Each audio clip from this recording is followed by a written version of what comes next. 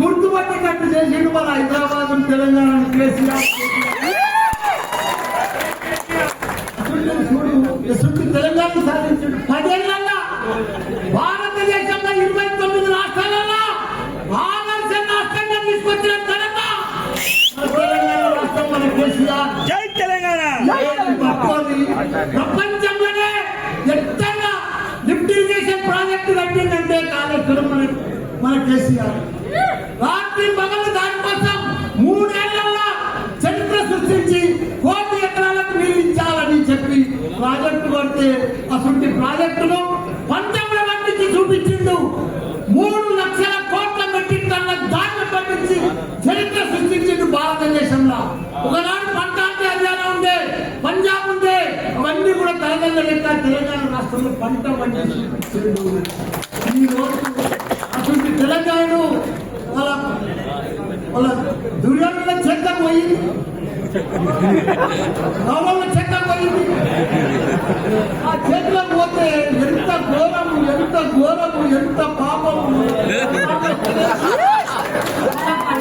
వస్తలేదు, వాళ్ళకు అవగాహన లేదు, వాళ్ళకి ఏమీ లేదు. ఏం చేస్తున్నా కూడా వాళ్ళకే అర్థమవుతుంది. పంట పడుతుంది, కొనే తిప్పు లేదు, మొలకలు వెళ్తున్నాయి. ఇలా ఎవరన్నా సుఖంగా రాయో, ఎవ్వరు సుఖంగా లేదు. ఒక రైతు సుఖంగా లేదు, రైతు బంధు లేదు, రైతు ఇది లేదు, ఒక వ్యాపారాలు లేవు.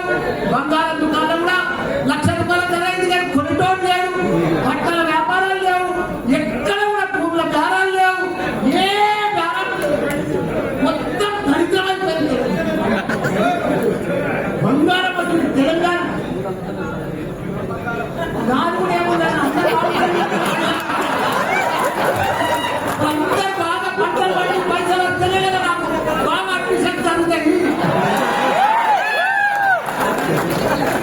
అంత ప్రాబ్లం ఉంది. భయపడేది ఏం లేదు. 3 ఏళ్ళు ఓకే పట్టుంది. 3 ఏళ్ళు అయితే మన రాజ్యమే వస్తుంది. ఎందుకంటే వాళ్ళ పోయి వాళ్ళే నవ్వుకుంటున్నారు. వాళ్ళకి పోయి ఎవడో తూయేది అవసరమే లేదు.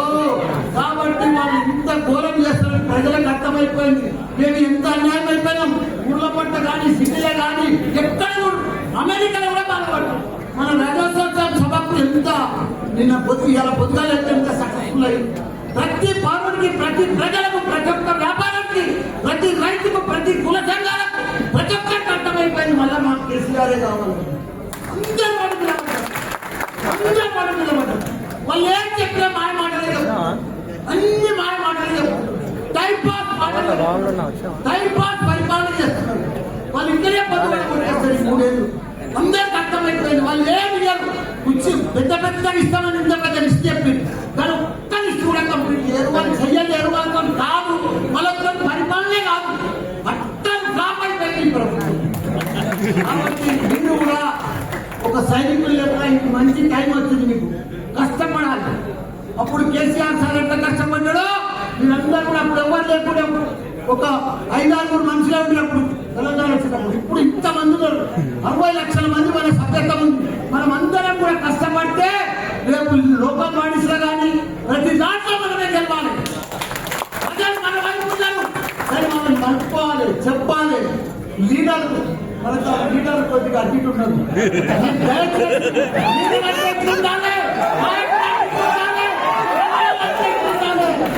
దండం పెట్టుకుంటూ వదిలి రౌడ్గా పోతుంది.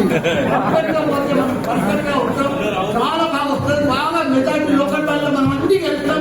మీరు ప్రజల నుండి తప్పకుండా కేసీఆర్ మళ్ళా 3 ఏళ్ళలో కూడా సీఎం అవుతాడు. మనందరూ కూడా మంచి జిల్లాలు వస్తాయని కూడా కోరుకుంటున్నాం. జై తెలంగాణ, జై కేసీఆర్.